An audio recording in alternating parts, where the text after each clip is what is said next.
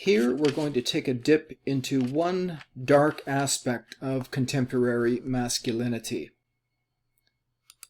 You've no doubt heard the term toxic masculinity, but what does it mean specifically? Toxic masculinity in general refers to the damaging effects of an especially restrictive version of what it means to be male. Luckily, relatively few men fall into its trap, but for those who do, the damage can be deadly, and not just for them, but for others as well. What are the main ingredients of toxic masculinity in terms of behavioral attributes? Taken together, these elements are a volatile mix, and it helps to shed light on the prevalence of male violence against women, but also male violence against themselves. Did you know, for instance, that the #1 risk for suicide in Canada is being male? There's a fair bit of evidence out there that toxic masculinity is on the rise in North America. Let's look at some of the reasons.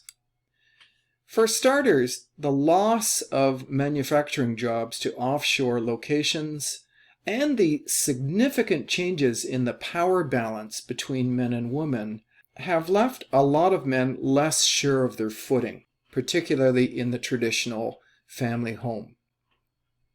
Coupled with that, there is a lot of data showing that some men are quite isolated from trusting relationships.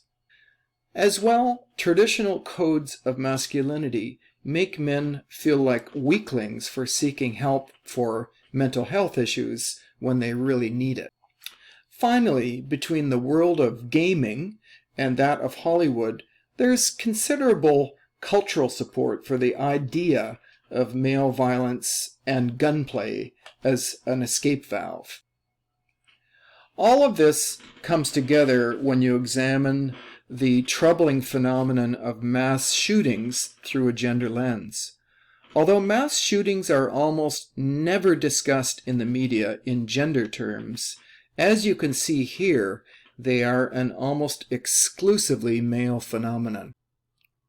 Here's a photo of Elliot Rodger from a screen grab of a video he made on the way to killing 6 people and injuring 14 others near a campus of the University of California in 2014.